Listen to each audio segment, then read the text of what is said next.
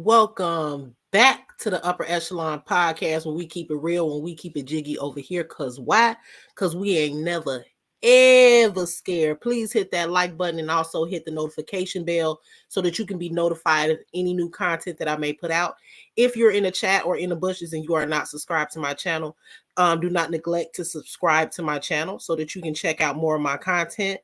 Also, my Cash App is at the bottom of the screen if you would like to monetarily donate to my channel. I want to say that this content is for educational and entertainment purposes only. Everything is alleged.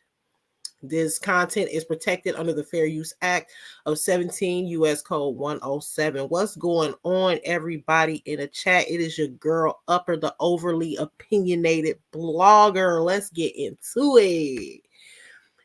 Let's see who's in the room. Hey, Christina Mills, welcome. Josephine, and let me say this too. Thank you guys so much for everyone who is a member of my channel. I truly appreciate it. If you are not a member of my channel and you would like to become a member of the Upper Echelon podcast, you can go to my homepage and click join from your Android or laptop or desktop device.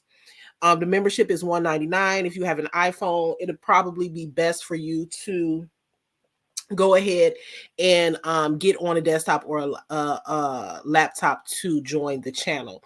It's very simple. Just hit the join button and it will direct you to putting in your credit card or debit card information. Again, it is a $199 membership. I also offer a $599 membership, which is a gold membership. With that one, there's certain videos that you are able to view that you're not necessarily able to view with the $199 membership.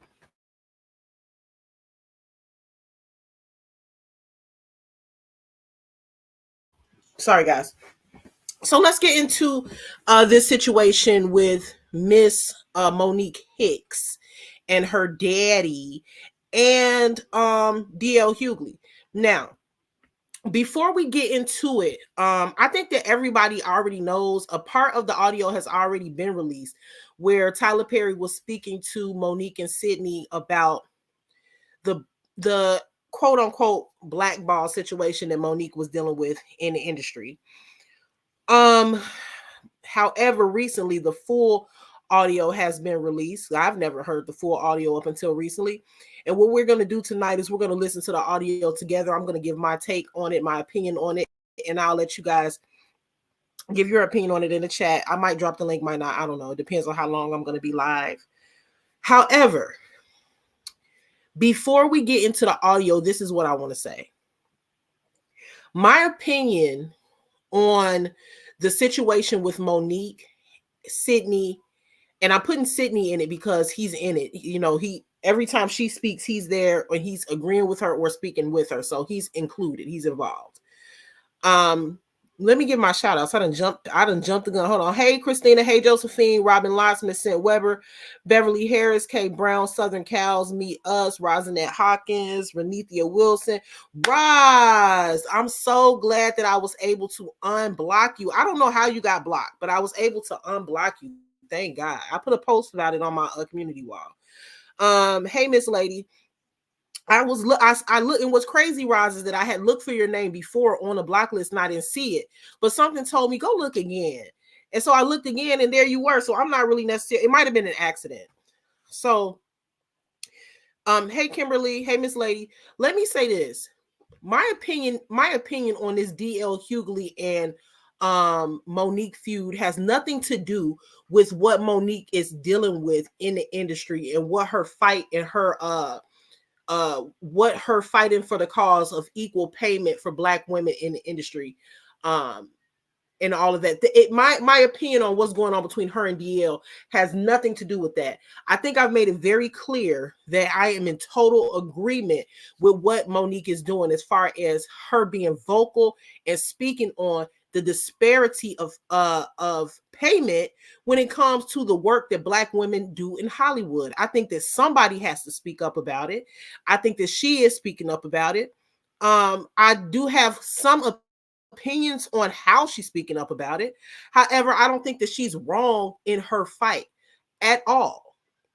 I think what people need to learn to do is I think that people need to learn what's going on, Miss DC. Hey, Scorpio. Hey, Big Blueberry Boots. I think what people need to learn to do is to differentiate the battles. Now, this is a battle, a separate instance that she's dealing with DL Hughley. This has nothing to do with her, Oprah, and Tyler Perry. What's going on, my girl, Krisha? So can we please separate those two? So when we're discussing this particular situation between her and DL Hughley, this, again, has nothing to do with her fight and the cause that she's speaking up about it, with when it comes to Black women and their in fair treatment and fair payment in Hollywood. That has nothing to do with that. I think that we can all agree that Monique has been a victim of not being treated fairly in Hollywood. I think we can all agree to that. Okay. Now, I want to take a trip down, but what I also want to say is, just because we have to look at this intelligently, okay? We got to take our feelings out of it as Black women, because what a lot of times what people do is they will insert their own personal grievances and feelings into a situation instead of properly analyzing everything that's happening. So as a Black woman, we have to say, okay, this is a Black woman. I'm riding with her because her fight is valid. Everything she's saying is valid when it comes to the equal rights and equal payment in Hollywood. We all get that, but that does not mean that Monique can never be wrong. And that just is what it is. And that's my take on it. Yes, she's right in that. But just because she's right in that does not mean that Monique is right in everything. And sometimes you can be a victim of something, but it does not mean that you are exempt from being a victimizer sometimes, in some instances, unknowingly. So we have to separate. I'm going to say it one last time. Her battle and her fight that she is dealing with in Hollywood regarding fair treatment and fair payment for Black women. Okay, we got you on that. Okay, Monique, you right about that. And I think everyone has said that she is right about that. Now let us discuss what's going on between her and DL Hughley. Okay, let's talk about that now. We've already chopped that up. She right on that. Now let's go to the other part of the situation, because there's a lot of people out here that just because she's America's Black auntie and just because she has been treated unfairly in Hollywood, which we can all agree, they can't see past that. And they think that just because she was treated unfairly in that instance, that Monique can never be wrong. And that's very, very, very false. Monique can be wrong sometimes, just like Monique wants people to apologize to her and take accountability for what they have done to her. Monique needs to take accountability for what she has done to someone else. It don't work like that, Monique. And that's how I feel about it. I did a live weeks and weeks, I want to say a couple months ago, where I was speaking on what Monique is dealing with in Hollywood. And I am what's going on? Who is that? Hey, I'm Chosen. Hey, Cancer 66. I am on the whole Monique train 195%. I admire the way that she's speaking up for herself. I admire the way that she is going about things, and she's not being quiet, and she's demanding her respect and demanding what she's worth. I admire that about her. But slow down for a second, Monique, and let's take a trip down memory lane, because oftentimes people seem to forget.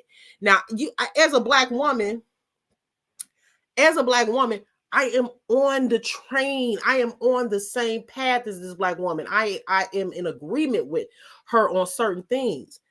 However, she's not going to be able to use that, oh, woe is me, Black woman this, Black woman that, in everything that she does. She might be able to do that with some, but she can't do that. She ain't gonna be able to do that with me. Now, Lady Torito, welcome. I don't think I've ever seen you in the chat, but welcome. So we're gonna get into why I believe that Monique is wrong in this situation with her and DL Hughley. Now, that's my opinion. I don't expect everybody to agree, but my opinion is not gonna waver just because it's not popular. Y'all should know that about me. Once again, I feel like I gotta say it again. Once again, because people tend to hear what they want to hear. One more time. Monique is 195% right about what she is saying regarding women's treatment, Black women's treatment in Hollywood. She's right to feel that way, and she's right to speak up about it. Now, let's get to this. We're going to take a trip down memory lane. Now, this is what I'm going to have to just apologize to YouTube. Sorry, YouTube. There's going to be some profanity in here. How many minutes in are we? We almost 13 minutes in. I'm finna play it. Now this is the video of exactly what Monique said about D.L. Hughley, which is why he can't stand Monique. And I believe he is right for saying he can't stand Monique. His anger is his anger and his feelings for Monique and his response to her, in my opinion, is valid. Just like I can stand up for Monique and say that her feelings and how she feels about how she's been treated in Hollywood is valid, I can say the same for D.L. Hughley. Just because she's a Black woman who's speaking up about injustices does not mean that that she's always right. And I'm about to get into it. Because there's a lot of people out here, oh, Monique this, Monique that, oh, no. Shit. Okay, y'all, get past that whole Hollywood being underpaid. We get that part. I'm chosen. Thanks for checking. Thank you, Big Blueberry. Y'all know me. Y'all know me by now. I made sure that I hit that monetization before I went live. Thank you for checking, y'all. So let's take a trip down memory lane. Let me present this screen. Let's see. All right. Apologize to YouTube in advance. There's gonna be some foul language here going on. Your name is DL. What the fuck does it stand for? Hey, how far you bending over, nigga, on the DL? Fuck with the wrong one.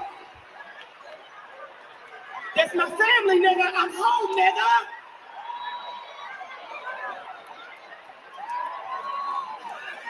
I'm motherfucking home, yo. I go over.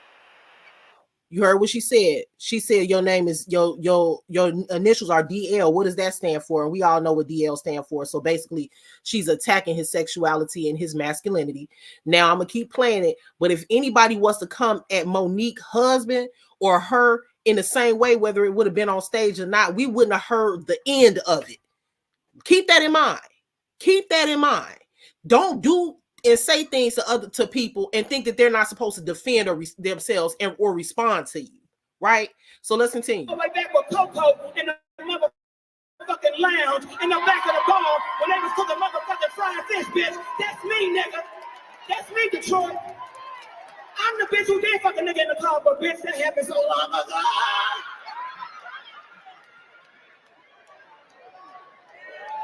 See, Black women, let me tell you something. A lot of Black men in Hollywood got a problem with me because I got a motherfucking Black king. That's my husband.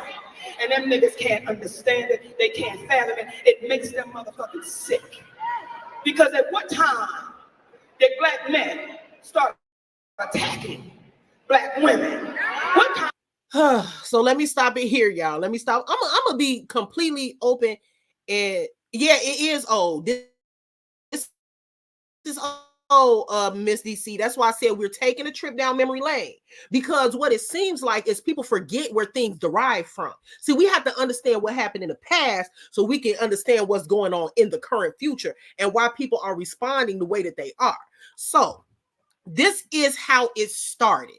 Now, as most of you guys know, there was a dispute between who was supposed to be the headliner of this particular comedy show in Detroit, Michigan. There was a lot of different artists that was on the roster. Monique was saying she was the headliner. DL was saying he was the headliner. So due to this dispute, instead of going behind closed doors and talking about it, or maybe trying to work out their grievances between each other, Monique jumped on stage and did this. Now, currently, everybody is saying, oh, DL didn't have to respond like that. Or why didn't DL hit her up behind closed doors? Or why DL? Well, because Monique has a history of not hitting up people behind closed doors. You can't say something to me in public and then think I'm supposed to respond to you in private. What? Come on, y'all. Let's be for real. Let's be for real. So let's get back to this stand-ups, this segment that she did in Detroit, Michigan, okay, where she basically went in on DL.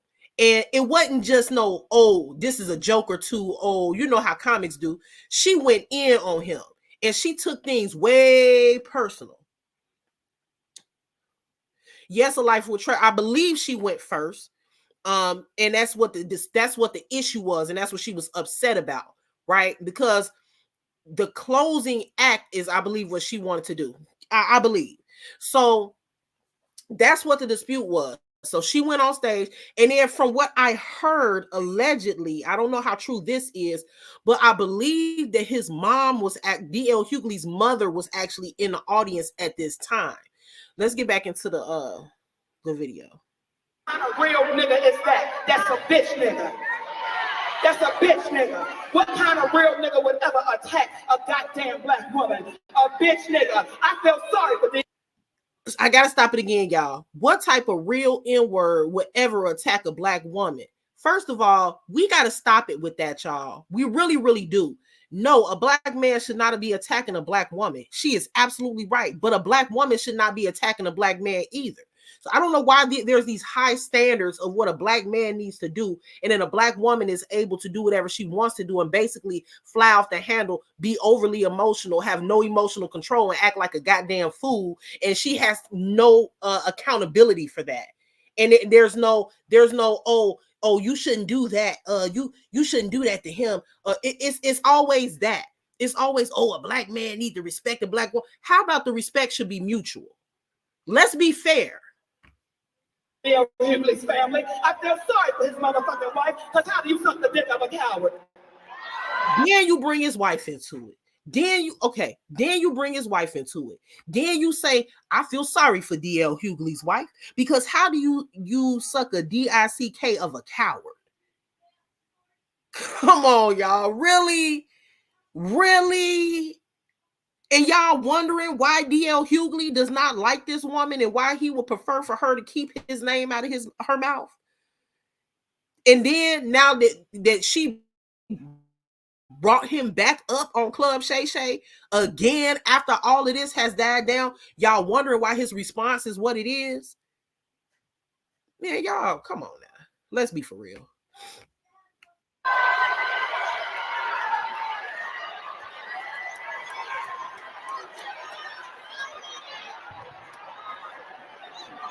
I tried to play fair, bitch. I tried to play fair, nigga. I tried to play fair. We was on the countdown, nigga. 10, 9, 8, 7, check.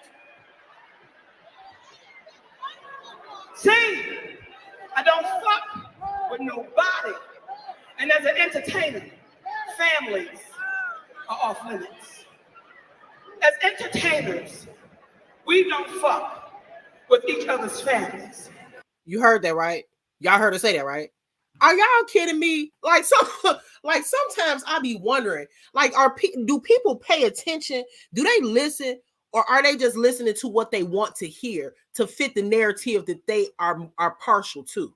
Do you hear what the lady just said? Right after she says this, we don't F with people's families. She says this right after she got done saying that DL Hughley's wife, she feels sorry for her because she has to suck the DICK of a coward. Wouldn't his wife be considered his family? Y'all don't listen to nothing. Like, I'm not talking about y'all in the chat, but a majority of the people that's riding with this lady, y'all don't pay attention and listen. DL Hughley got every right to look at this lady like she's a hypocrite and like she expects more than what she's giving. She expects all of this respect, but she's not giving it. Come on, y'all. The lady is standing up here saying we don't F with people's families, even as entertainers. 2.5 seconds after you just got done insulting his wife, who is his family. I'm not finna pussyfoot around about Monique. I don't care who don't like what I say about Monique. The truth is the truth. It's coming out of her mouth. Let's continue. Because for me, that is crossing the line. See, I want to give you all a history. Okay, for her, that's crossing the line. Girl, fuck you. So you understand a bitch's position. I want to give you the history, mama, so you understand. See, when I look at my wives and sisters, and she look at me like this, get that nigga. Thank you, mama. See, I did this radio show one time, right? Because I'm thinking, this is my boy. This nigga ain't never had no motherfucking problem, y'all. Right? This my motherfucking dude.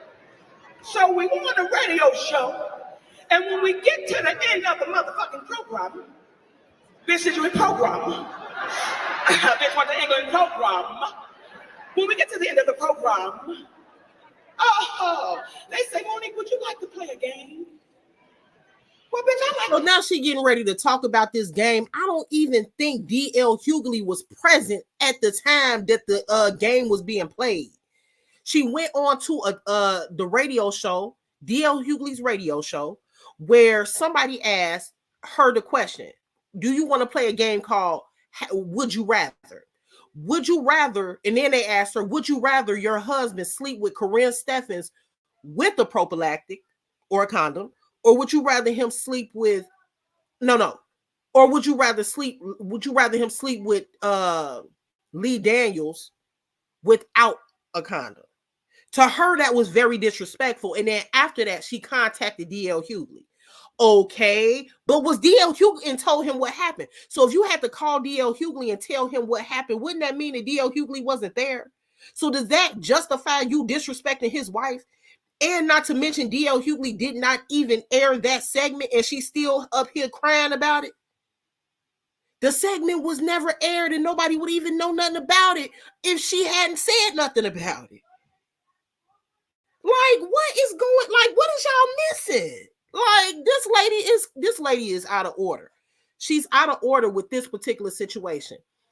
She right about the situation with the unfair payment and the blackballing in Hollywood when it comes between her, Oprah, and Tyler Perry and all of that. We're going to get into that too. And we're going to get into how Tyler Perry even fits into this. Because I had to refresh. I was confused. So we're going to get into the audio. But I just wanted to refresh y'all memory. I'm tired of seeing a lot of these bloggers. Hold on one second, y'all. Hold on.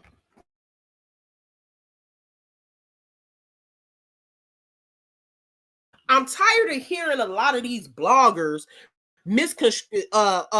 blending in her situation that she had in Hollywood with this situation that she has with D.L. Hughley. Two totally different things. Okay? And she need to be held accountable too. Black woman or not. And I'm tired of that whole black woman thing. Like, because she's a black woman and because he's a black male, he's not allowed to have any feelings about what she said about him. And he's not allowed to respond to her. Well, you humiliated me on stage in front of thousands of people. Then not only that, but you back on Club Shay Shay talking about me in front of thousands of people, probably millions at this point. And but you expect me to contact you behind the scenes. Come on, shut the fuck up. Like, people are so fucking stupid. Like, he have every right to respond to her however he want to respond to her. He don't even like the lady. And you still talking about him. I'm finna get and it's a game called Would You Girl, don't Rather. You rather Steffens with one. I want y'all to. What kind of shit are you putting over the air to your motherfucking listeners? That's cool shit. Not to mention, again, it wasn't even aired. Nobody would even know about this if Monique wouldn't have been going on tour talking about it. Be careful who's feeding your motherfucking soul, because you might swallow coon pie. And she cussed too much. She always cussing. Did y'all see her Netflix special? The whole thing was cuss this, F that, B this, DICK that, B this. That's not funny to me. Like, I mean, she cussed too much. Can't get the coon off of you, and it'll give you goddamn diarrhea. I don't fuck with nobody, but don't fuck with me. And that's a lie. You do F with people. You effing with somebody right now. All of this because you mad about. She basically having a whole temper tantrum up here. This ain't got nothing to do with comedy. This is not even a. This is not comedy. This is not a. She didn't even write this. Like, this is not something that she prepared for the audience, because it just happened that day. So she's talking about some stuff that just got done happening, which does kind of display her natural talent, because she's able to make things funny on a whim, because she didn't write this, because it literally just happened before she got on stage. But she made the whole night about this. Like, having a whole hissy fit because you saying that you the headliner. Like, come on. Like, just, girl, everything is about her. Everything is about her grievances. Everything is about her problems. Everything is about her not being treated fairly. Everything is about her. These, and even D.L. Hughley spoke on this, like, these people paid to see a comedy show. They want to hear some jokes. They don't want to hear about your grievances. These people pay good money to come see you. Entertain them. They don't want to hear about your grievances. Damn, we can hear about your grievances anytime. Damn. I'm sorry, I'm getting passionate about this because it's so frustrating, because I'm so sick of this whole black woman narrative. Like, so what? What does her being a black woman have to do with anything? Is she wrong? She wrong. And what do the situation between her, Oprah, and Tyler Perry, the fuck? What do they got to do with D.L. Hughley? People can't see past that. Now let's start the motherfucking show. I feel better.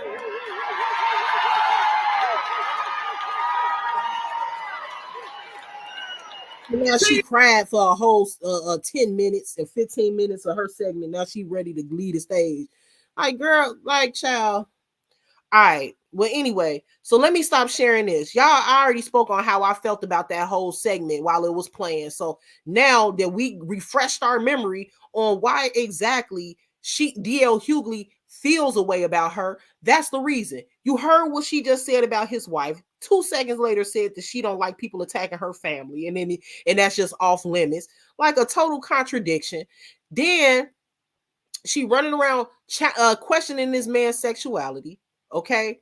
Now I'm gonna play what D.L. Hughley response was to what she said on that stage. Let me look at some of the comments before I move on. Good morning, Gordon said, hey, upper, hey, chat. So do you think she's difficult to work with? Because it's giving yes to me. I don't know. I don't know if she's difficult to work with. All I can say is what people have said about her. A lot of people have said working with her has not been an enjoyable experience. But there are people that have said that they do enjoy working with Monique. For instance, 50 Cent.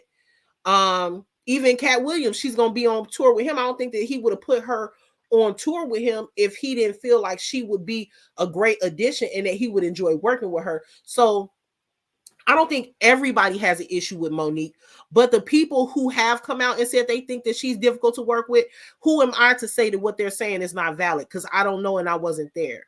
You know what I mean? I don't know. And I'm not going to, I can't really say she's probably difficult to work with because I don't know. But all I can say is what, you know, I've heard people say. Impeccable Shoe Game, welcome. Impeccable Shoe Game says, I wonder, does she have any real friends or just daddy? I'm gonna speak on her daddy in a minute, girl. Y'all, he gets on my nerves. I don't care what nobody say. Sydney, I do love that she is married and she's in love, and they have it seems like they have a good relationship. But sometimes you gotta. I'll get into that in a minute. Like that dude is. Christina Mills said, I remember when this happened, I didn't agree with that behavior. Yeah, it was disgusting. Why are you up here questioning this man's sexuality and disrespecting this man like this? Like, A Life with Treasure says, Upper, do you feel that she was wrong for turning down the promo for Precious? I'm going to get into, well, you know, I'm going to keep this pinned on the screen so I don't forget to get into that question. I'm going to get into that question in a minute. Let me, hold on, y'all. Hold on. Is this going to start playing? Okay, so let's get into this real quick. Now, this is what D.L. Hughley's response was to Monique after she went off on him on stage about the headliner stuff.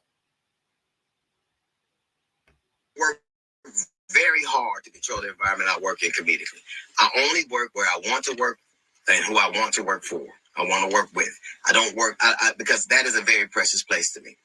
I've been offered a gig, a couple of gigs, 3 or 4 gigs to work with Monique in LA, in Brooklyn, in Houston, and I turned them down because I didn't think it would work.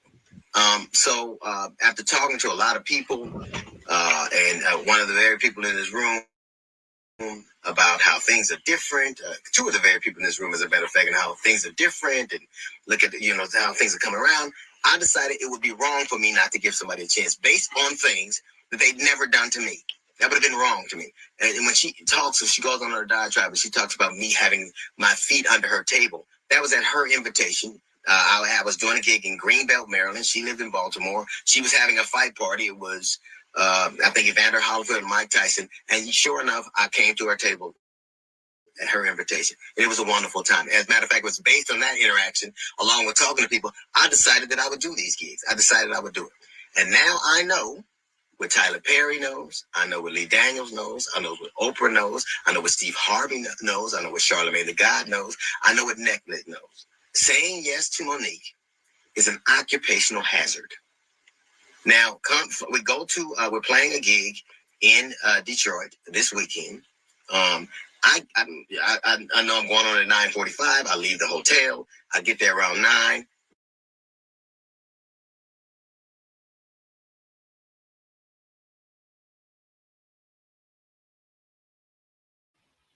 Hold on, y'all. Hold on. Dang, how did I do that? Dang, hold on, y'all. So, damn, I don't know how I did that. Hold on one second, y'all. Let me try to fix something. Hold on 1 second, because I want to comment on what he just said.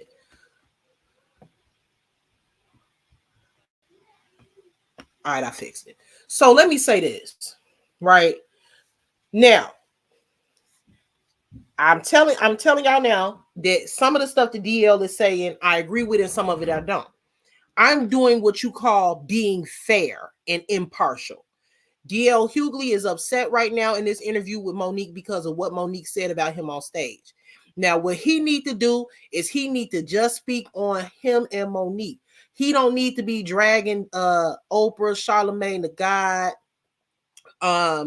Tyler Perry, Lee Daniels, and everybody else in this to try to make it appear, oh, I don't like her and she's difficult, and these people are saying it too, so it must be true. Stop trying to drag. Just talk about what your issue is with Monique. I don't have a dog in this fight. I'm being fair. Now, what he getting ready to say, I pretty much agree with 100%, but that particular part I felt like was unnecessary. This is your issue that you're having with Monique. You mad with Monique, rightfully so, in my opinion, but stop trying to drag the issue from the fight, the issues that she's having with these people, because that's a totally different ball game, and you trying to use that at this point. You're using that to say, see, it ain't just me, it's them too. Don't do that. But let me continue. So I felt like that part was wrong. Monique had just gotten there. She's supposed to be there at 8:40. She had just gotten there, gone at 8:40. She got there at 8:38. What Monique was trying to do was to slow walk the show. She didn't end up getting on for 30 minutes. The oldest trick in the world is, if I want to change the order and I don't have merit, I'll try to make people wait so long that everybody gets nervous and go, please just go on so we can avoid a conflict. That didn't happen. Monique got on stage. Monique actually felt like she had merit. She would have done one of three things. Either she would have took it up with the promoter, and she did, and the promoter said, we're going on, and whether you're going or not, that's a different thing. You would have not done it, but she knew she had to get on stage, or she would have been in breach of contract. Or she would have come to talk to me. She didn't ever, and I emphatically emphasize this, she never once talked to me. I haven't seen Monique in years. I didn't see her at the venue before, after, or during. I haven't spoken or seen Monique. So if you really thought that you had a legitimate contract dispute, you would have come to me and said, hey, I have this contract and you have this contract. Notice not one thing on that contract, not one person. That's a fact. That's a fact. That's a fact. If she had an issue with the contract, or she felt like something was contractually wrong with what happened that night, what she should have done is she should have went the legal route. If something truly was contractually wrong with that situation, Monique should have, and I believe would have contacted her attorney and had that taken care of and taken legal action. Not going on a whole tangent on stage calling the man a homosexual and bringing up his wife and his family. What do they got to do with anything? And talking about she's sucking the DIC of a coward, and basically calling him a coward because of what happened to his daughter. And she felt like he didn't take the proper action, which I also agree. I don't think he took the proper action either. But to get on stage and do that because you mad over a contractual issue, come on. If people are going around at this point in time saying that DL Hughley needs to do things the proper way and contact people behind closed doors instead of going live and contacting people in public or addressing people publicly, well, be fair. Say the same thing about Monique, because every time Monique addresses something or someone, it's always in publicly. It's always for everybody to see. She's always hitting the live button, sitting there talking about somebody with her and her daddy. But y'all think that people supposed to handle Monique with kid gloves, but Monique could come out like a bull running through a china shop and say whatever the fuck she want to say about everybody else. It's not making sense.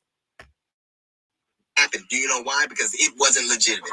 And she goes on stage and she proceeds to eviscerate me. Not just me, but Steve Harvey, the sexual, my wife, my dog later on in subsequent conversation. Let me ask you something. What did any of that have to do with an alleged contract dispute? What did Steve Harvey have to do with your contract? What did I have to do with your contract? What did my dog have to do with your contract? What does my wife have to do with your contract? You wrote your contract, you and your daddy. You proceeded to say things that were so patently insulting that it was galling. It was galling. You asked in subsequent conversations why I have a dog, a support dog. What kind of person has a support dog?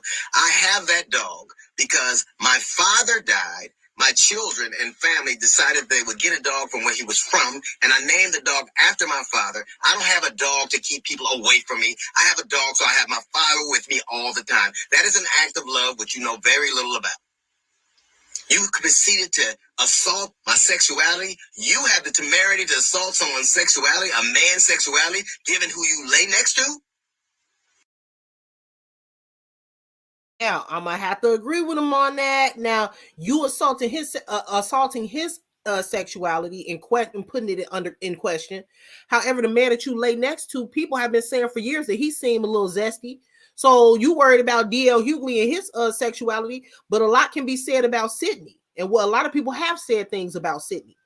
But my thing, and then a lot of people will listen to what DL Hughley is saying, like, oh, why are you talking about her husband? Why are you saying A, B, and C about her husband? And conveniently forget about the fact that Monique is the one that brought all of this about to begin with. She started it. She said something about his family first. And now see, he's responding to her. Then people are going to say, why are you talking about her husband? Why are you doing? Well, why are you talking about my wife? Well, why are you talking about my daughter? You can't get on stage and say that you mad because a game was played on my radio show that never aired and nobody ever even saw it, and say that I publicly disrespected you or your family in any way. It was never even aired. He cut it from the segment. But you, on the other hand, Monique, got on stage in front of thousands of people at the Fox Theater in Detroit, Michigan, and proceeded to totally rip him and his family to shreds. And everybody, because she's a Black America's favorite auntie, has forgotten about that. None of that had anything to do with alleged contract dispute. You could have taken that up with a lawyer. You would have gotten out. You could have not gone on stage, but you knew you didn't have a valid contract, and you do what you always have done. You tried to weaponize Black femininity. You tried to turn that audience against me. You tried to burn everything down. And she did. Oh, all of these Black men in Hollywood got a problem with me, y'all, because I'm a Black woman. Stop the whole Black woman scenario and the things that she says about being a Black woman in Hollywood. I consider those things to be extremely valid. But Monique, what I notice about you is that you use it to your advantage, and you use that strife when it's convenient for you. Like you do all the time. Who calls Netflix and thinks I can get $10 million because I did the Queens of Comedy? Who thinks you can get on stage and still live off that? I was a king of comedy. You never hear me talking about it, because in this business, like any other, it isn't what you have done, it's what you do. That show was one I signed on to do. I made the quintessential mistake, the horrible mistake that like Tyler Perry, like Lee Daniels, like Oprah, like all these people of saying yes to you. And it is an occupational hazard. It is my fault. I have learned my lesson. You didn't just, and the thing that bothers me the most isn't the things that you said, because I know who I am and I know what I do. And I have a pristine reputation. And everybody who knows me know what I'm about. It's this whole, my dear, my babies, I love you for real, which is so transparently false, it is ridiculous. But the thing that was really the most annoying, the thing that was really the most bothersome, is after a terrible couple of weeks where people were being slain in Buffalo, where people were being slain, kids were getting slain in school, and people had come to a comedy show to get away from all of their problems, you besieged them with yours. The one contract that isn't in dispute is the one that the audience had with us to entertain them. But every single time, more and more, you spend half of your time talking about your grievances and what you didn't get and who did this to you. Listen, when you burn things up and you sit back to watch the results of them, she's literally set that stage on fire, said the most incendiary things ever, and I had to go on stage. She has the temerity to call me a coward. Mind you, y'all. Mind you, I'm going to look at the comments in a minute. Mind you, right after Monique basically humiliated this man on stage, I can see if she said one joke or two jokes out of fun and lighthearted, but she talked about this man's wife, talked about this man's daughter, talked about this man's sexuality, tore him to shreds, brought to light, let the whole audience know about what was going on about the contract on the back end. And then right after that, he had to go on stage and face the audience after that. How embarrassing is that? That was totally embarrassing and disrespectful to this man. He got to go face the audience and try to perform to the best of his ability while he is completely infuriated with what she just did. And she knew that he was going to have to go on stage following what she sat there and swayed the audience whole mindset and opinion about this man before he had to go face them and go on stage and perform. And nobody sees a problem with that. That was disrespectful not only to him, but I feel like it was disrespectful and the code was totally broken as the comic. You don't do that to another comic. Left. Tyra would have said, I can't go. You didn't even want to go on when you had a contract that you knew that not to be true. You made up this whole narrative that you knew not to be true, and you played that out in front of the audience. And then I had to go on behind you. And you know what you did? You sat back and you tried to watch your damage. You set the stage on fire and you watched what you've done. You know who does that? Arsonists do that. Arsonists set shit on fire and try to see the damage it rise. But I blame myself because I know now what I didn't before. Saying yes to you is an occupational hazard, one I will not repeat. I don't blame you. I wish you well. But when you do the things you do, when everything's about you, when you're vitriolic, when you have all these fights with all of these entities, it is you. Precious was not a movie. Precious was an autobiography. That is woo. He lightened her ass up in a very in the most respectful way. You are literally. You mad at the contract you and daddy wrote? Your daddy? And I don't know why you call a man daddy and you pay for him. That's a son. Let's be clear. I am not angry with you. I'm angry with me. I did what I knew not to be true. But I'm going to tell you something. When you burn and you destroy and you wreck, you are not a queen of comedy. You're a queen of ashes. And while I'm going to go back to work and you get back to your kingdom of smoke. That's a little note from the GED. Where was he wrong at? Where was he wrong at? Where was he wrong at? He was not wrong, period, point blank. I don't care what nobody say. He wasn't wrong. People could say whatever they want to say. People could say that he took things too far, or that he went in on her husband when he didn't have to. But Monique, you deserved it. You went in on his wife and his family. You brought in his child's trauma into the situation that had absolutely nothing to do with it. Monique, my love, you were wrong in that particular situation. I'm not going to change my mind or my opinion on that. And if you ask me, Monique, you owe DL Hughley an apology. You never gave him one. You got on stage and you said, I apologize if I offended your wife and your daughter. You never directly apologized to him because you said some very disgusting things about him as well. You challenged his sexuality as a man. You totally disrespected him as a fellow comic. When he had to follow up your act after you did that. So Monique owes him an apology. She going on tour, rightfully so, about being blackballed in Hollywood, rightfully so, demanding apologies, demanding public apologies. So she needs to do the same thing that she's demanded. She needs to have the same energy for herself.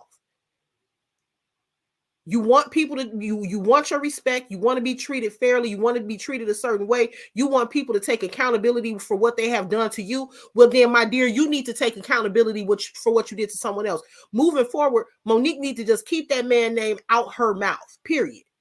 Especially due to the fact, first of all, you don't have no right to speak on DL Hughley name on Club Shay Shay, period. Especially after you didn't even apologize to the man. Period. Now, A Life with Treasure said, Upper, do you feel that she was wrong to turn down the promo for Precious? For those of you in the chat that don't know, I'm gonna say this. No, I don't think she was wrong. Honestly, I don't think that she should have did promo for Precious if she didn't want to. Monique only was paid $50,000 for Precious, if that. And I don't even know why she agreed to be paid that. I guess she was just doing a favor for Lee Daniels because she considered him a friend. Okay, but yeah, if it was not in the contract and she was not legally obligated to go on promo to promote Precious, I don't think that she was wrong at all. I don't think that is cause for calling her difficult, because if you already underpaid her for the movie, especially if we're going to talk about how much the movie Precious actually grossed. She was only paid $50,000. Okay, so not to mention, you want her to do free promo. So if you want her to do free promo, then that means that you want her to travel to these different places to do promo. I believe she was supposed to go to the Sundance Festival.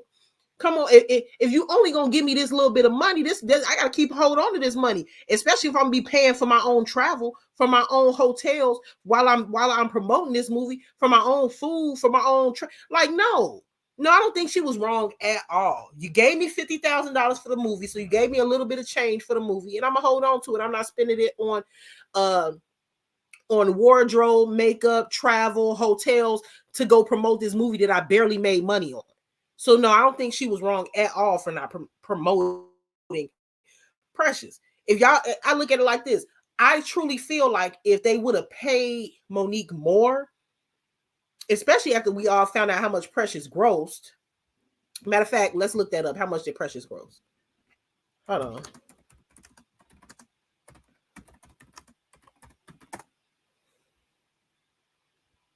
Let's see. How much money? They paid Monique $50,000 to star in Precious. The budget for the movie was $10 million. The box office grossed, the movie Precious grossed $63.6 million. And they gave her less than $100K. I wouldn't have promoted shit. Now with that, I'm in agreement with Monique. No, I would not have promoted a damn thing. Now, let's get into this.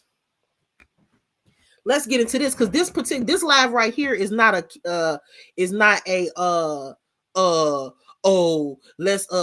all ride with Monique because she a black woman. That's not what this live is. We're gonna keep it real, because we keep it real and we keep it jiggy over here.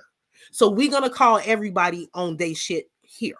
Okay, so Monique wasn't wrong for that. I wouldn't have promoted that shit either. You done grossed over $60 million for this movie and you paid me $50,000, and you think I'm gonna be traveling around the world to promote this movie that I got pennies for? Because $50K is pennies for them. It is. And I feel like Lee Daniels was wrong for that. He was wrong for that. Even if it was in a contract and she agreed to the $50,000 for the role. After you sat there and you saw what the movie Precious was bringing in, as somebody that was your friend, you could have just gave her some more money. I'm sorry, I just don't agree with it. No, I don't think that was right at all. I wouldn't have promoted shit. I'd have definitely been mad about that. And I don't think that she should have been penalized for it. You can't penalize me for not doing something that is not even in my contract. You feel me? Like, nah, they wrong for that. But we got to talk about how. Let me say something else about Miss Monique. Miss Monique, my dear, Auntie Momo, you was wrong. As you was very, very much so wrong for what you said about D.L. Hughley's daughter. You was wrong for that, Monique. Hold on one second, y'all. Where is it at? Sam, did I pull it up? You was wrong for that, Momo. Because you, out of everybody in the whole world, knows how much of a soft spot it is to be speaking on somebody's child, Monique. You was wrong for that. You cannot bring that man's child into a situation that she didn't have nothing to do with, and then turn around and gaslight everybody and say, "Oh, I wasn't attacking his family. I was attacking him." But then you turn around and apologize to his family, though. So you was attacking his family. Because you said yourself that family needs to be kept out of it. Now, if D.L. Hughley really, really wanted to, see, actually, D.L. Hughley got more respect for Monique than she ever had for him. Monique was a disrespectful motherfucker for what she said about that man's child and bringing that situation up. Because Monique, your situation with you and your son ain't perfect either. As a matter of fact, you said in several interviews that you and your son's relationship is estranged. Now, this is a picture of Monique and her son. His name is Shalon Jackson. Now, Monique has said on several occasions that this is her son with her and her ex-husband. Her and her son still to this day do not have the best relationship, because when he was younger, instead of Monique doing what she was supposed to do as a mom, and this is not me just saying this is her saying this. She has said that instead of being focused on being a mother to Shalon, I think is how you say his name, she was more focused on becoming famous, getting her name out there, touring, and doing everything she needed to do in Hollywood. So DL never specifically pointed out that situation with her and Shalon, even though this is a very public situation, and this is something she spoke on several occasions, that they are still estranged. He could have brought that up when he responded to her recently, but all he said was, she always talking about her sweet babies, but where's her sweet babies at? He did say that, but is he wrong? You worried about him and what happened between him and his daughter and what he could have did better as a father. But Monique, you got several things here that you could have done better as a mom. So stop speaking on that man's child. And yet she did bring up the relationship between her and Shalon on Club Shay Shay. And that's all she should have spoke on. She worried about him and his daughter and what he could have done better and why she think he a coward. But what can be said about you and Shalon? That's all I'm trying to say. Let's get into this. Let's get into this audio, y'all. Let's get into this audio. So, hold on.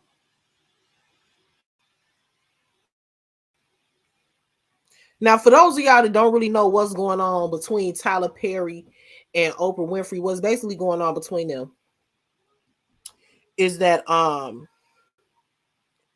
as we just got done saying, Monique refused to do promotion for the movie Precious. After the movie was done, they were going on this promotional tour. Tyler Perry and Oprah Winfrey were working with Lionsgate to promote the movie. And they was offering their money and their assistance and basically their faces to promote the movie with Lionsgate. Okay, due to the fact that due to the fact that Monique did not want to go on tour to promote this movie, and she chose to instead spend more time with her family instead of touring with for the movie. She feels that she is being blackballed by Oprah and Tyler Perry and Lee Daniels. Now, she even stated that Lee Daniels is the one that told her that Oprah is blackballing her in Hollywood. Now, I'm not going to lie to y'all. I did have a small amount of confusion as to why she's so upset with Tyler Perry. Now, I'm guessing she's upset with Tyler Perry because herself, her husband, and Tyler Perry did have a conversation in which Tyler Perry did agree with Monique, saying that the situation about them trying to force her, in so many words, to come and promote this movie was wrong. He agreed with her on that. He even, if you listen to the audio, which I'm getting ready to play in a moment, he even stated that he would see how much she may have been owed for the movie Precious, and he was just going to write her a check. Okay, so let's get into this audio. Give me 1 second. I'm gonna pull it up.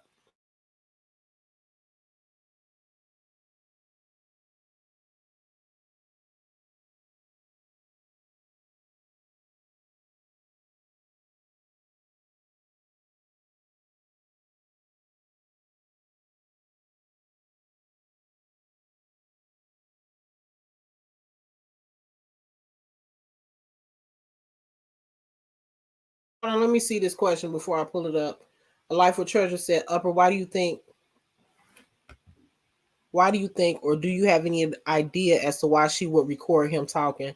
No, I'm not sure why she would record him talking, to be honest with you. I think maybe she just probably recorded him due to the fact that she wanted to do this, just in case he ever was to come out and say something different in the public than what he said in private, or to cover their own tails, or whatever the case is. I'm not really sure why she recorded him, but I do know that Tyler Perry didn't like it.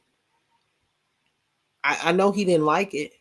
And I don't think releasing or leaking his audio is going to do her any favors, but we'll get into that. Let me see.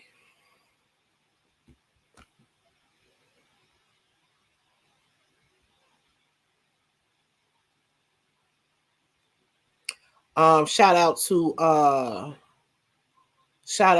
the Layla Lynn Media channel. She posted this video. Layla Lynn, I'm going to be using this. Fair use. Thank you. All right, y'all, let's get into it. Let's see. Because you've not answered that question. That's a very simple question. Here to legally record, and he acknowledges some of the. That's a very simple question. Answer that question. Please. Because you've not answered that question. That's a very simple question. I said to you earlier that wouldn't be fair. I wouldn't think that was fair. But what would you want to be done, sir? How would you want it fixed, Tyler? How would you want that fixed? How would I?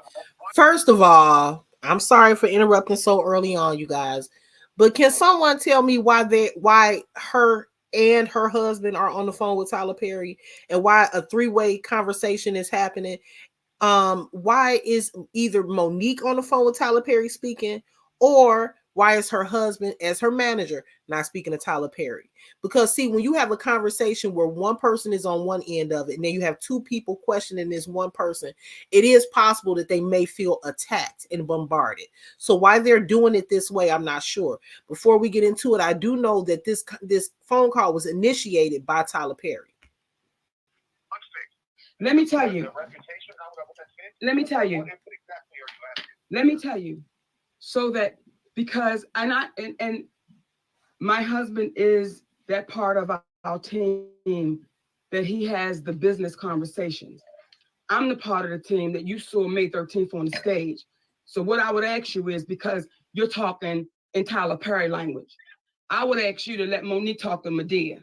Because when you start talking to Tyler Perry language, brother, you talk like you don't get it. Right, nigga. Right. You gotta laugh at it because you know. See,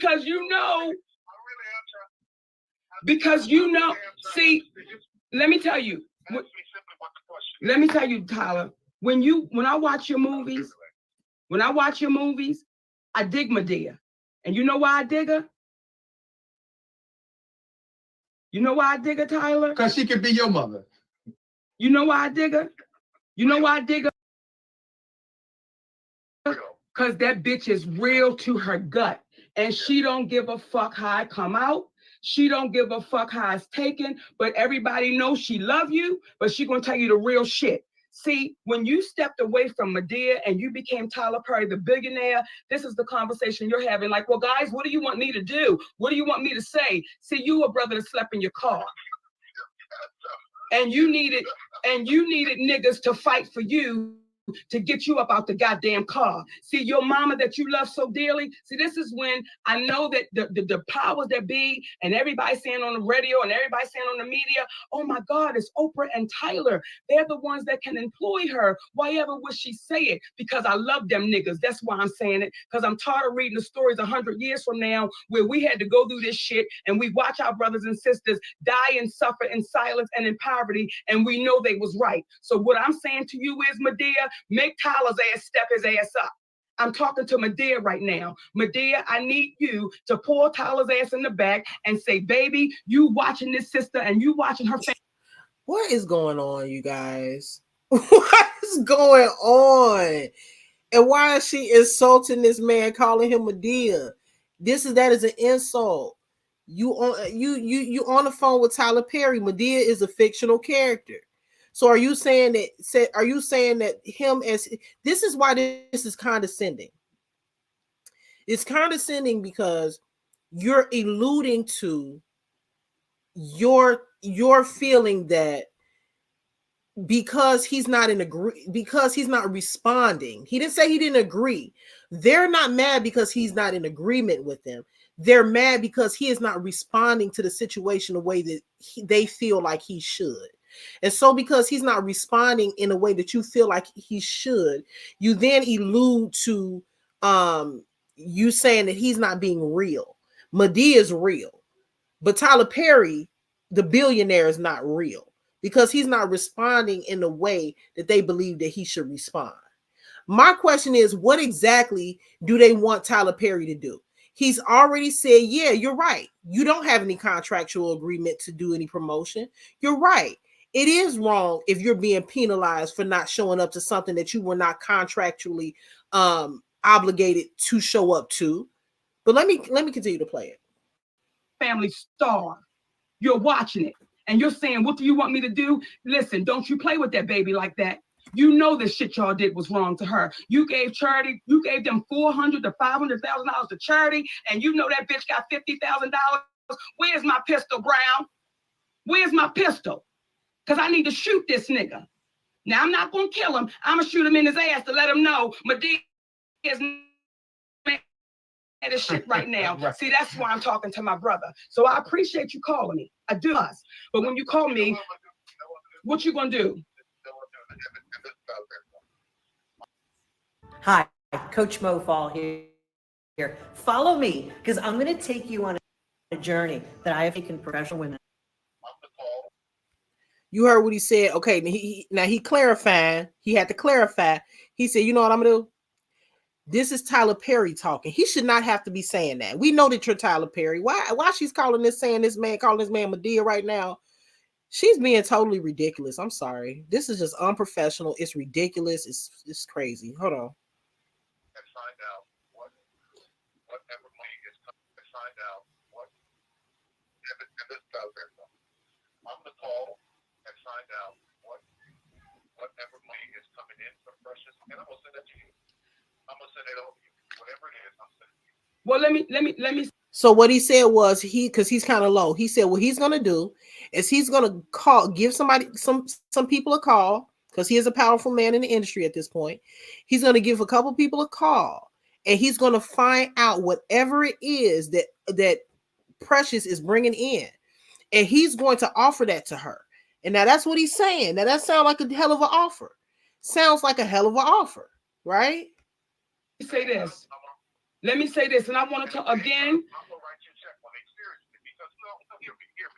He said, "No, seriously, I'm gonna write you a check." This is the thing about this. And when we start talking about this one doing this and this one doing that, and black people doing this, and black people doing that, what would you understand about that? If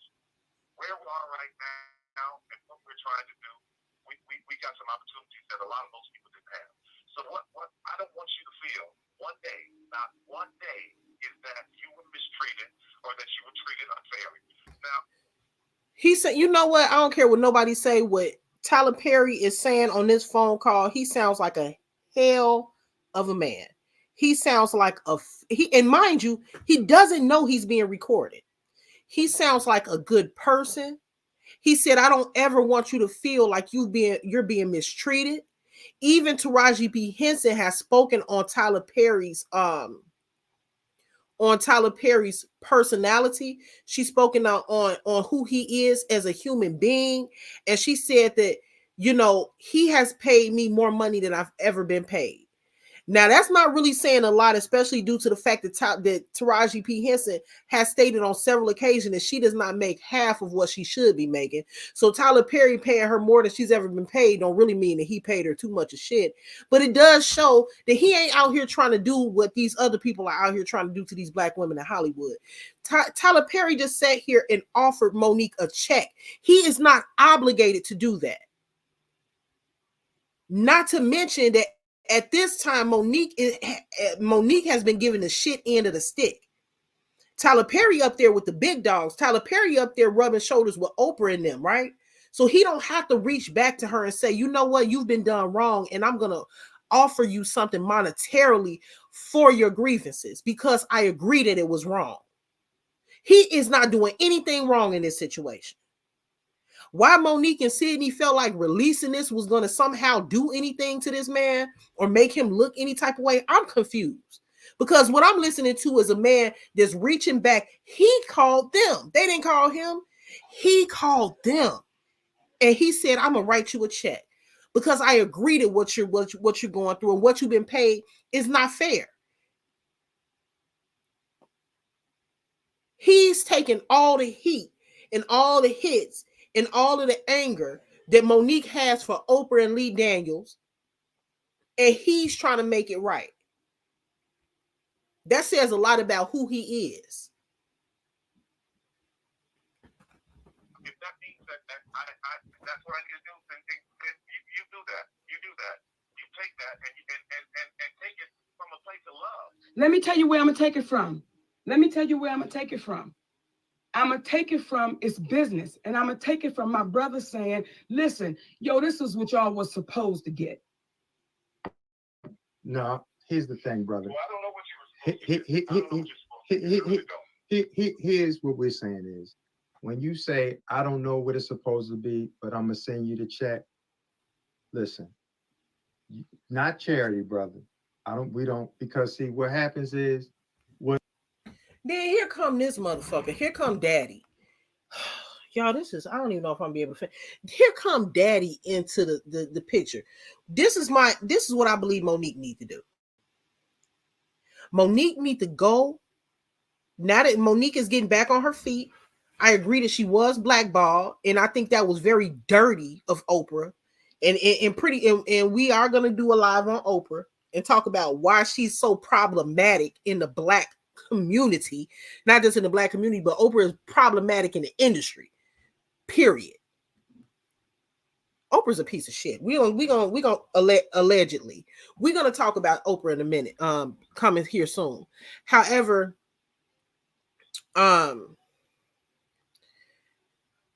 Monique needs to get proper representation for her brand. You love your husband. You're in love with your husband. That's awesome. Your husband is helping you throughout your career. That's awesome. But Sydney does not need to be her spokesperson. I really don't know what's going on. But Sydney is not making anything any better. The man said that he was going to cut them a check. Okay, isn't that what the problem is anyway? The money? No, the money is not coming from where you want it to come from. Oprah ain't giving it, or Lee Daniels ain't giving it to you. They have not reached out to you to apologize, true enough. But here's some compensation from a man that's saying that he agrees with you, who was also a part of the promotional team along with Oprah and Lionsgate. He gave you a call. Oprah didn't call you. Tyler Perry took time out of his life and took time out of his day to give you a call. He didn't have to do that. And now here comes Sydney Sydney, let me tell you something, Sydney. UPS is hiring. UPS is hiring. You need a job, Sydney, because you being Monique's manager and spokesperson is not working. It's not working. Let's see what else is being said here. What's not going to take place on our watch is this. I wrote a check for something that came in, and it's one of those things where you're missing the point.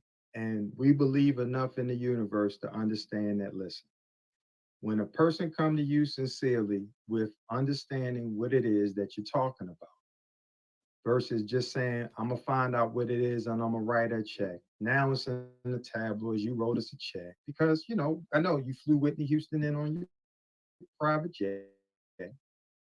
You know, you gave TD Jakes $1 million, and the way that this is being done, it's like, don't throw us no chump change, because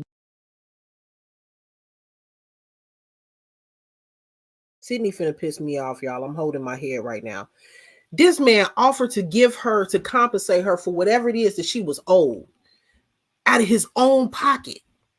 And now here comes Sydney. Don't throw us no chump change. We ain't no charity case. Well, what? I'm confused. What is it that you want Tyler Perry to do? Because it's sounding to me like you want Tyler Perry to publicly. This is what they're kind of saying right now without saying it. They want Tyler Perry to publicly go. They want him to go public and say that what happened to Monique with Oprah and Lee Daniels was wrong. Because you see that he's saying it privately. So they want him to make a public statement for Monique. That's what it sounds like to me. Because he's offering them money, that's not enough. They want him to take up for Monique publicly. That's what it sounds like. We had to go through a movie audit with Lee for monies that he didn't get. And they're saying that he did something with the money from the movie. Okay.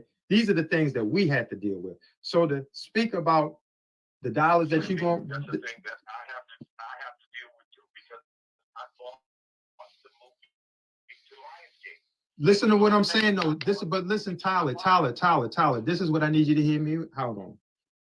In life, you can't walk around mad at everybody because one person did something to you. You must be able to compartmentalize where your frustrations lie. So when you say that you had the things going on with the movie, and then you had it with Lee, and then Monique, you're lumping everyone together. And that's what people of color have a tendency of happening to them. They're all this way. See, if you just focus specifically on the interaction with Monique and yourself and it ain't never been anything but cordial, even in times of disagreement, because our thing is, we're not looking to, it's like we said on the podcast, who in the hell wrote the story about how David stepped to Goliath and said, let's roll, dog. Let's me and you get down. Y'all are Goliaths. We just the Davids. We not in no position to be trying to start. We're not looking to try to start any beef. But at the end of the day, all I'm asking you in your private time, because it's not going to happen right now on the phone, all I ask you in your private time is, how would you want to be treated if you were in a situation where people or a person put out something false about you? Then someone said that they didn't have the same experience with you. They're glad that they had a great experience with. I started at Purdue Global because it was really easy to try to balance classes, writing. Let me stay with the question, because you make a good point. Let me stay with the question. The question is, what would you want someone to do for you who said things about you and or mentioned things about you, alluding to the difficulties that they had with you, all because you chose I'm not finished. I'm not finished. All because you chose. I got an answer. How can you answer something and I'm not finished? Okay, well, let me answer part of the question, and then you give me the other part. How about that? Can you do me a favor? Can you, since you called up to have, I really wish Sydney would shut the hell up. Sydney talks so damn much. He talking Monique right out of a check. What's going on, Sean? He talking Sydney right. Sydney is talking Monique right out of a check. Right out of a check. We are witnessing what be happening on the back end with these two and other people and the people they work with in Hollywood. We are watching Sydney single-handedly talk Monique out of some bread. Do y'all hear this? And then when Tyler Perry is trying to answer some of the questions that he's asking, because he's asking them back to back to back, he says, "Oh, I'm not done talking. You can't answer questions." But Sydney, you've been talking, having a whole monologue for about 30 minutes, sir. Let somebody else have the floor. I don't know what I can't get my words out. Who is this cat? She, like I said, it's okay to be in love. It's okay to be married. It's okay to want your partner to be involved with your affairs. However, the line needs to be drawn. Sydney is not doing her ass any favors. Her daddy ain't doing her no favors. And we're listening to him talk her out of a check. And I'm sure this isn't the first time he's done something like this.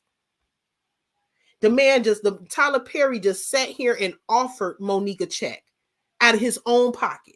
He's going to reach out and see what else she's owed or what else what she's done, how much that movie Precious was grossing at the time. And he was going to reach into his own pocket and he was going to write a check for Monique. After that, here comes Sydney. Oh, we don't want you to throw us no chump change. We don't want to be a charity case because it'll be all over the blogs. So now your pride getting in the way. Because you contacted him and said that you're expressing your grievances. And then when he tries to offer you a solution, you shoot that down. Well, what do you want him to do? Because he's not going to do what you want him to do. You want him to go publicly and say that Oprah is wrong, Lee Daniels is wrong. He's not going to insert himself into that fight because it's not about him. And he have every right not to want to insert himself into that mess. Monique want to run around like a damn tyrant and then get mad when people don't want to fight with her or join her in her fight. It is what it is sometimes. Sometimes you have to fight alone. Sometimes people may not be brave enough to stand up against the establishment with your ass. Let's continue. a real conversation. Typically, I know you're used to directing, but what I need you to do is just hear me out man to man. And that is this. How would you feel if someone says something about you that you were not contractually obligated to do? What would you want them to do to make that right? And it don't have nothing to do with money. If somebody had said that, let me just try to be in the position. If somebody had come along and said, Tyler is difficult, he's terrible to work with, he's not going to do anything that you want him to do. If they said all those things, right? If that's what the rumor was, and there were other people who knew that was not to be true, I would want those people to stand up and say that's not true. So will you and Oprah do that? If they said all those things, right? And it don't have nothing to do with money. I had to rewind, y'all. Sorry. Let me just try to be in the position. If somebody had come along and said, Tyler's difficult, he's terrible to work with, he's not going to do anything that you want him to do. If they said all those things, right? If that's what the rumor was, and there were other people who knew that was not to be true, I would want those people to stand up and say that's not true. So will you and Oprah do that? I can't speak for Oprah. I can't speak for Oprah. Will you do that? It's my experience. I certainly can. I've never worked with Monique. All I can speak for is my experience on. Let's listen to his logic. Let's listen to what Tyler Perry's logic is in this situation. Okay. Now, Tyler Perry just said, if someone was spreading a narrative about me that was not true, and other people knew that that narrative was not true, I would absolutely want them to speak up for me. And I think that they should speak up for me. So then Sydney then comes along and says, well, will you and Oprah do that? Why he keeps asking Tyler about Oprah, I don't know. Like they're one entity. And then Tyler comes back and says, I can't speak for Oprah. So then Sydney says, well, will you do that? And he says, I've never worked with Monique. So what he's saying is, how can I go public and speak on that whatever they're saying about this lady is not true when I've never worked with her? Essentially saying that if he does go public and say that this lady is not difficult, she's being blackballed, this is not true about her, that is not true about her, he's saying that he will be a liar because he doesn't know if it's true or not. He does not have experience personally one-on-one working with Monique. And that's why he's not going to speak on it publicly. But behind closed doors on a phone call, he's telling them, yes, if you are a narrative is being spread about you that is false, yes, that is wrong. If you are being blackballed, yes, that is wrong. But what he's also telling them is, if you want me to go out and speak for you and say that this person is wrong for what they're saying and that person is wrong about what they're saying, I can't do that because I don't know that to be false. I can't speak on their experience with you. I can't go publicly and say Oprah is wrong for how she feels about you. I can't go publicly and say Lee Daniels' experience with you is wrong and he's lying on you. And this is all a blackball situation. Now, does Upper think that Oprah and Lee Daniels attempted to blackball Monique? Absolutely. I absolutely do. Yes, I do. I think that Oprah and Lee Daniels were wrong for the narrative that they were spreading about her behind the scenes in Hollywood. And Lee Daniels came to Monique and even told Monique that that was what the things that were being said. So yes, I think that they were wrong for that. Do I think Tyler Perry is wrong for not speaking on their behalf publicly? No. Why are we attacking Tyler Perry? Somebody make it make sense. And why are they putting all this heat on Tyler Perry to speak on something that he really don't know? This is business.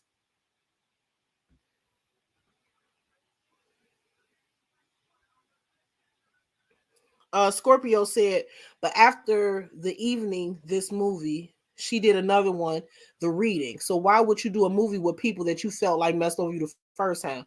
I never saw the movie The Reading, but I did hear about it, and I do know that Lee Daniels produced. I think he also directed that movie, but I think at that time, by that time, they had squashed whatever issues they were having.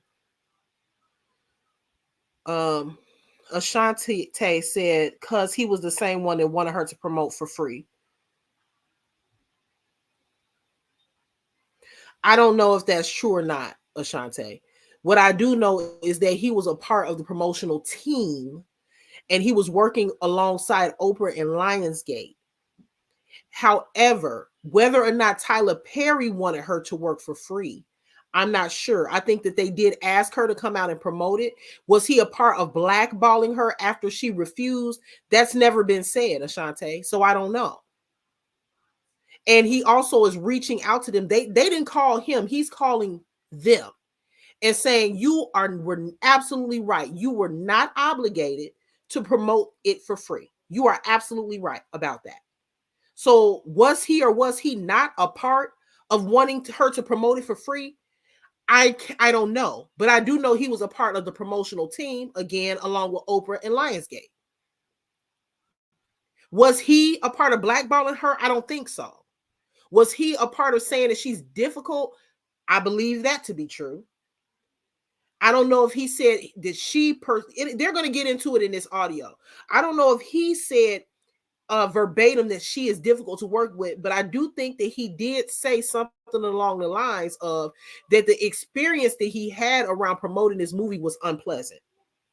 So let's get into the rest of the audio. I don't give a damn about saying that. Would you do what you wanted done for you, Tyler? It's real simple. Would you do what you would want? Notice this nigga Sydney Every time Tyler tries to talk, this nigga Sydney cuts him off. Like, bro, like, shut up. Damn. And Monique just sits her, pat her ass back and just allows him to do. Monique, this is your business affair. This is your career. Yes, he's your husband. But y'all. Done for you because you told David when he said his experience was wonderful, you said that was not your experience. And the question I would have, what did you experience with Monique and or I that made your interaction with us displeasurable? Especially I see exactly where you're going. What made my interaction displeasurable is to have to try to navigate between Precious, Lee, Monique not wanting to do any national press without getting paid, having to navigate through all of that. That's where my problem was. But Tyler, this is where we are though. So he answered the question. The reason why the experience was unpleasurable, was not pleasurable, and between himself, he didn't say it wasn't pleasurable with Monique. He didn't say directly that she was the problem. He said that the whole situation was a mess, and he was tired of navigating the situation between Monique, Lee Daniels, Lionsgate, Oprah. It was too much for him, which made this whole situation displeasurable. So he's not just speaking on Monique and Sydney. And he has every right to feel that way. Mind you, he came in on the tail end of the situation as someone who was working on promotion for the movie. And when he comes in, he walks into a hot mess. Monique don't want to promote for free. Okay, that's her prerogative. Lee Daniels wants her to promote the movie. Okay, you got that. Lionsgate wants her to come out and promote. Okay, you got that. They going back and forth between what's going. So it was a stressful situation and it was messy. And that's what it sounds to me like he's saying. I'm talking in real time. But when you understand, because you're again speaking about other entities and components besides Monique. What we're saying is what made it displeasurable. But what I'm saying to you is I want your experience based upon your understanding that Monique, as we told you then, that when you sit by and you say nothing, when you know it's wrong, as you now said you know, and you agree, then what is the call really for, my brother? What is it? Okay. All right.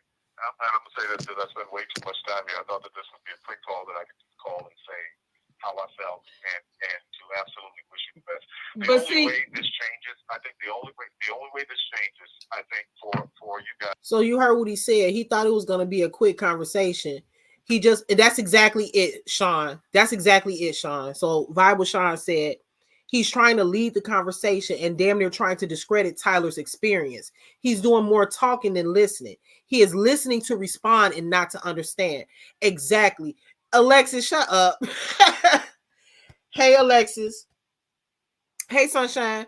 So you can tell that that's what he's doing, that he's basically listening to respond, because if he wasn't, then he wouldn't keep cutting him off. How do you respond to a question that you haven't even heard? Or how do you respond to someone when you haven't allowed them to get out their entire response or remark? It's like Sydney has been going over what he would say if someone would call him regarding this issue. And he's just kind of letting it all hang out. And he's really not listening. Earlier in the conversation, Tyler Perry offered them a check, which he, again, didn't have to do. And now they done went several minutes past that portion of the conversation where he offered the check, and Tyler Perry, they mentioned it again. It sounded to me like Sydney just talked her out of some money. Alexis Graham said, I can't stand her husband. I think he was part of her downfall too. I agree. A lot of people say, well, she's a black woman and got her husband next to her, and people just not used to seeing it. And that don't have nothing to do with it. Nobody has a problem with her husband or them being married and being in love and her having, or him having some something to do with her career and somewhat being involved. But when you have a husband that's also your manager and sitting here over talking the person that's calling you to try to make things right monetarily, he's offering to try to make things right for you monetarily. Now, image-wise and speaking up against Oprah, speaking up against Lee Daniels, that's going to have to be on you. That's basically what he's saying. And he's saying that because he can't speak on what Oprah's experience was. He cannot speak on what Lee Daniels' experience was, and that's what they want him to do. He can only speak on his experience, and he's already stated that his experience was not pleasurable. So I'm not sure what it is they want him to come out and publicly say. He's not going to come out and publicly denounce his peers for you. He can't speak on he cannot speak on their experience with you. That is their experience. Who is he to say that their experience is invalid? Now, again, if I'm giving my personal opinion on it, do I think that that Oprah was right? No, I think that Oprah was wrong. And I'm gonna say that again. Oprah was wrong for expecting this woman to come over here and promote something for free when she barely got paid. They did that movie grossed over $62 million box office. And they only paid that Monique $50,000. Like I said earlier, I wouldn't promote shit. I wouldn't promote shit. I wouldn't even answer my damn phone. Just cut me the check, the little 50K you said. If you ask me, before Precious even came about, Monique, due to her career and the things that she's accomplished in her career, she shouldn't have even accepted the 50K. She should have negotiated that. Now, I know she said she didn't because she considered Lee Daniels a friend, and she was doing a favor for a friend. But Monique has to think like a businesswoman. She is in Hollywood. All of that hood shit and all of that my homie shit and all of that stuff is out the window. When in Rome, you are in Hollywood and people are cutthroat. Ain't nobody doing nobody no favors. You got to look out for you. And this whole, you see how Lee Daniels did her, right? Threw her a quick 50K. Precious wouldn't have been what Precious was without Monique. And everybody knows that. Yeah, Gabrielle Sidibe was Precious. She was like the star. But without Monique, that movie wouldn't have been what it was. Monique did that on Precious. She did that. She played that role. You understand what I'm saying? She did that. And contractually, he only owed her 50K because that's what she agreed to. But morally, after you saw that movie gross over $60 million and the budget was only $10 million, you should have reached back out to your air quote friend and offered her some more money. And he was wrong for that. Period. But let's finish this. Guys, and where you are in this. I think Monique needs an amazing movie. She needs to be with a great director. And once the movie's done, it comes out. She gets all this kind of buzz. She gets all this that she did before, and then this thing goes away. That's the way this changes. It's got to be the right thing that comes along. Kind of some of the stuff that Octavia Spencer has been doing that comes along, or Viola comes along. She does that, and all of this goes away. I know that town and how it works. It's like, okay, oh, that was a moment that's past. She's amazing. That was wrong. So what you're asking me to do right now, first of all, I'm not going to get into this right now because it's ugly. Jorge has always put the ones he loves first. But when it comes to caring for his teeth, he's let his... And it's nasty.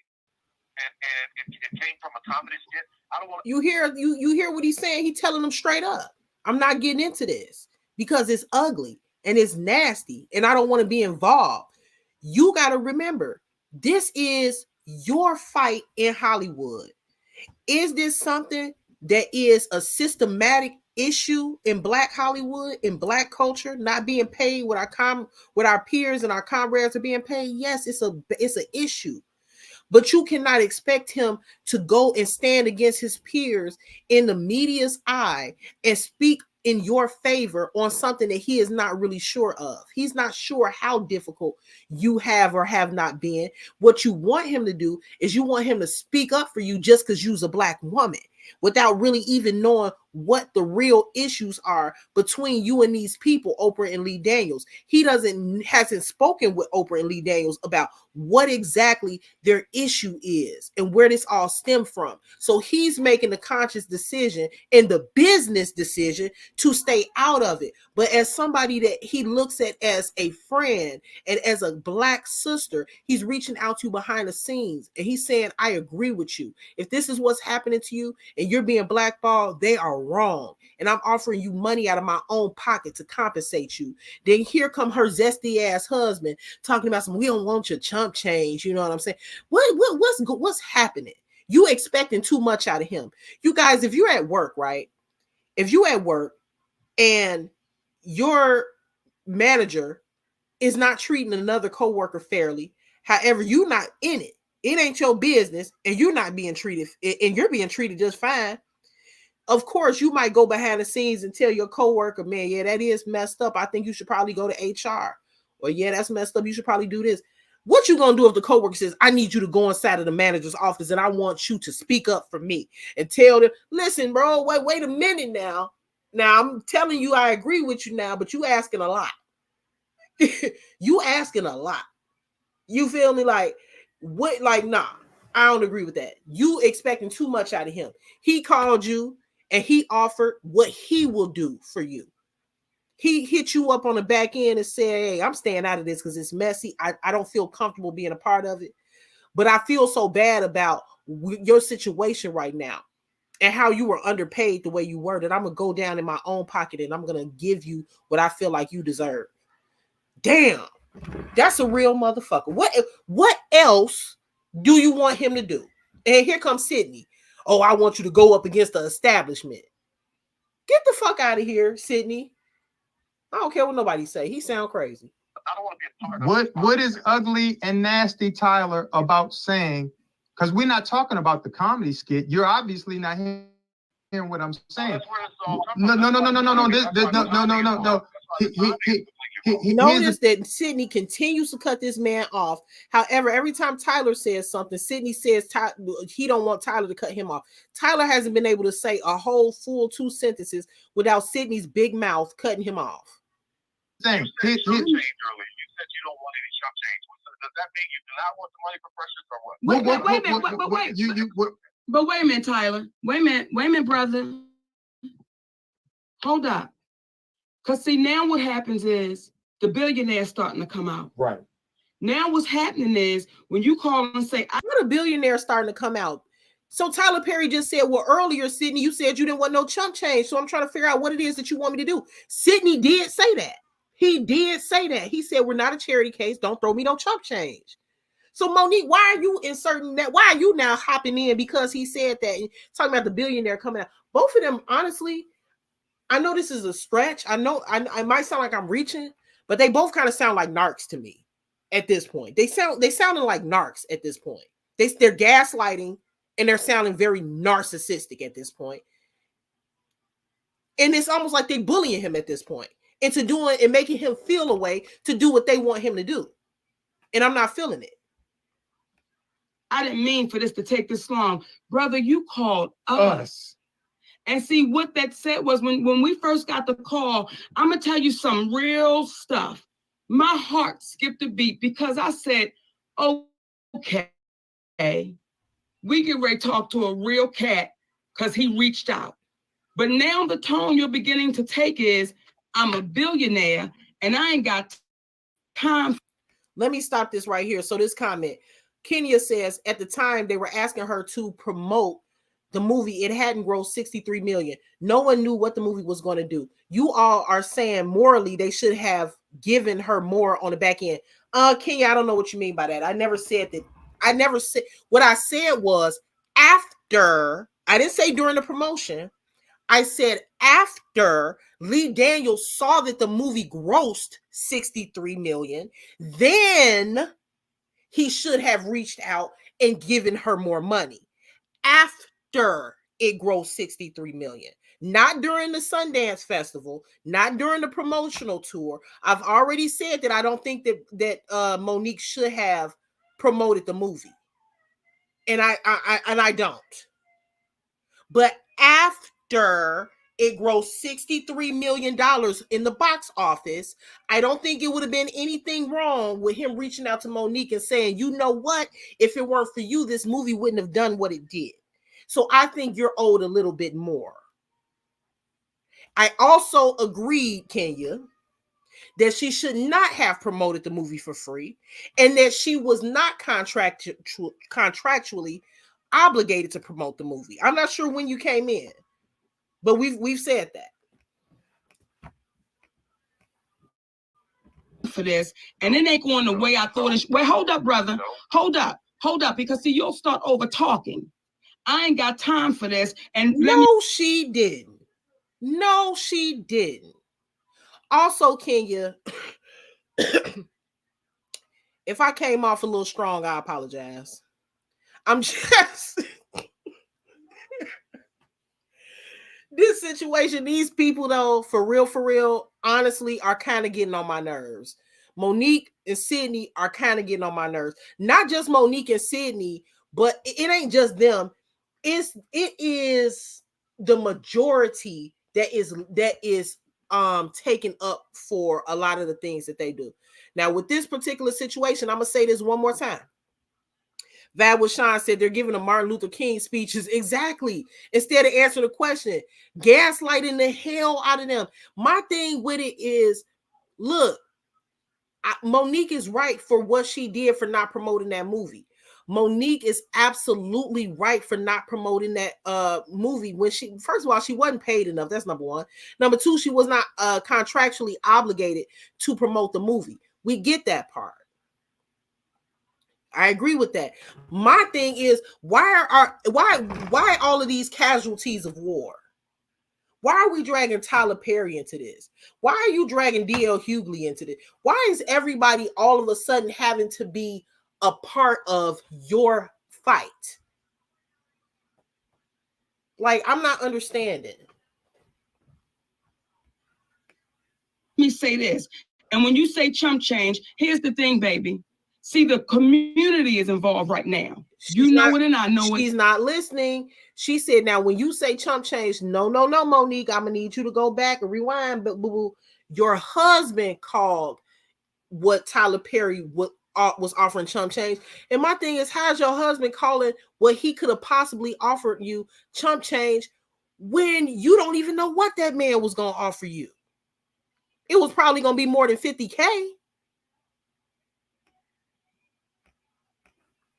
And everybody out there know it. The community is involved and they want to see how it's going to play out, because the community is saying, wait a minute, y'all, hold up.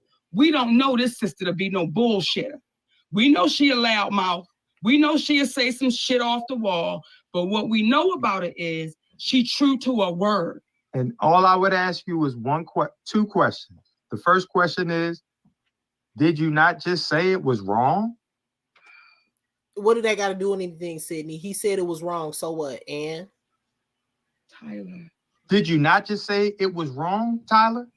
To say she was difficult for not doing something that she was not contractually obligated to do? Did you not say that you would feel that that was wrong? Or am I missing something? I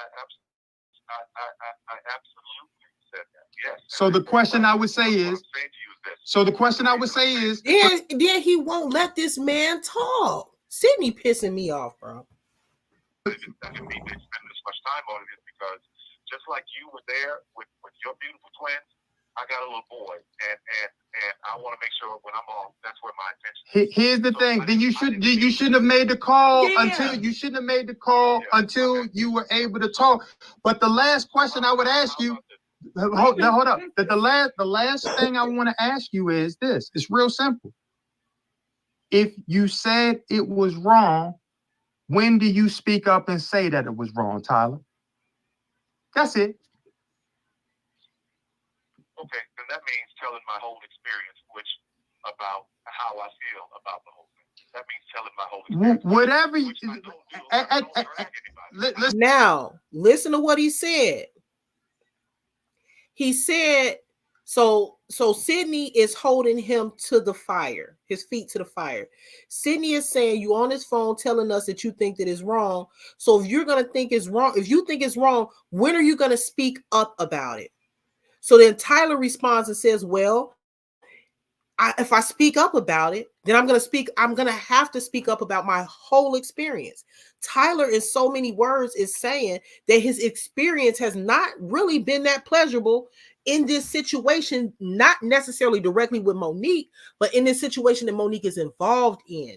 And he does not want to be one more person that is now denouncing Monique, that's now saying something negative about Monique. Because what he's saying is, if you want me to speak on this publicly, then I'm going to speak on it publicly in a non-biased fashion. I'm going to give my honest opinion if I speak on it publicly. And my honest opinion is that this situation has been very displeasurable.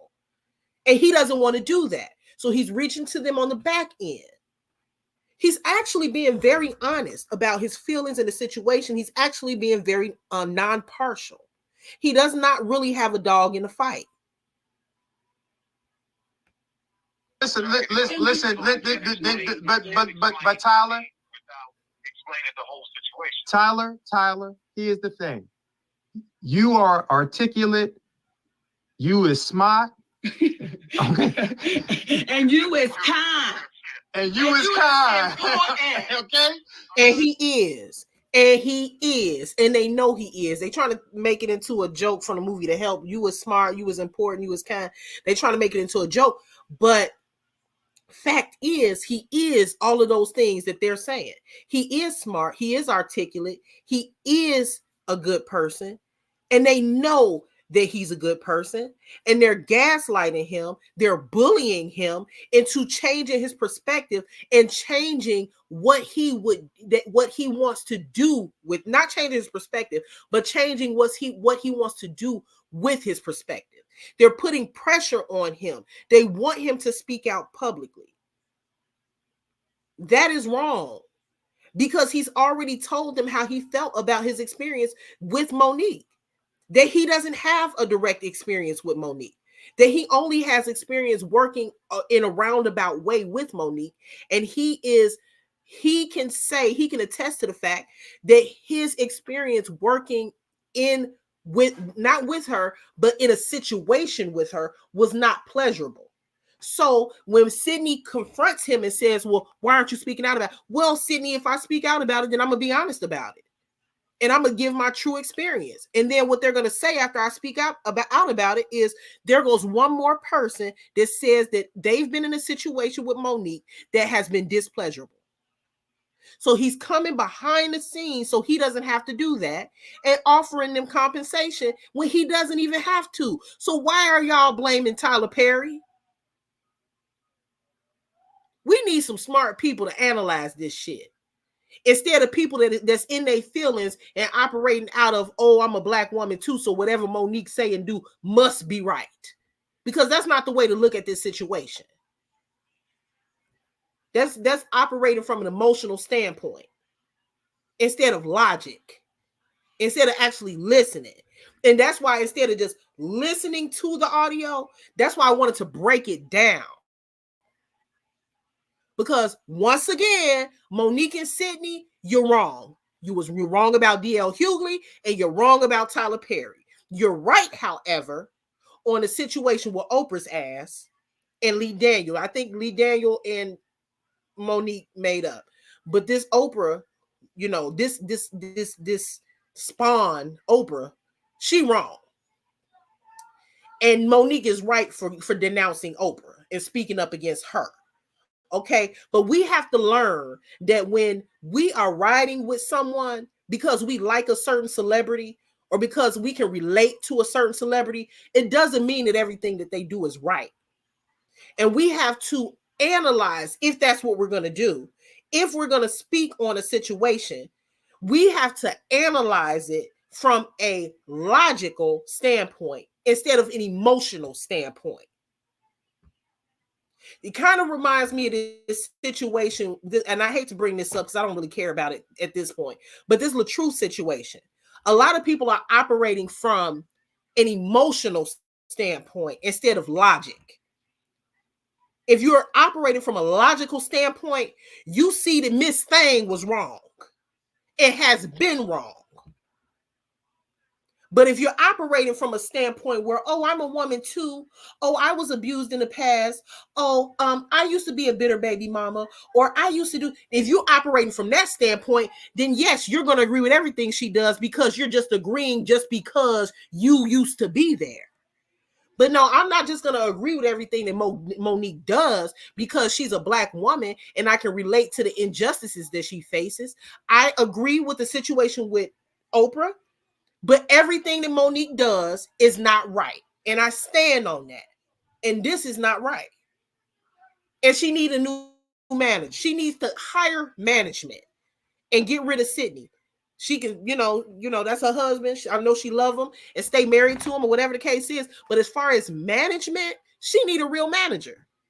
Because he just sat here and screwed her out of a check. Listen to me. Listen, this ain't the billionaire. This is me. You gotta cut all that out. This is me talking to y'all. Then please talk to us, brother. Talk to us real, Then, because right. all I'm saying to you is that I listen to me. I told you how I think that this changes. All right, you guys. So you heard Tyler Perry did. Thank you, Vi with Shine. It's so good to hear that. I'm one of those people where I'm a debater, right? So anytime I listen to something or watch something, I break it down piece by piece, right? I don't just look at it from a broad spectrum like, okay, Monique is right with the situation. She's being done dirty in Hollywood. Isn't that again? Don't we all know that already? We're all with her on that. But that does not mean that moving forward that Monique can just be an asshole to everybody.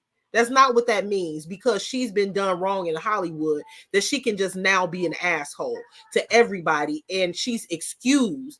And her excuse is, well, I've been done wrong in Hollywood, so I can just say what I want to say, how I want to say it, where I want to say it, when I want to say it, and not care about nobody's feelings, and can't nobody respond to me because I'm Monique and I was blackballed. Let me read this last comment.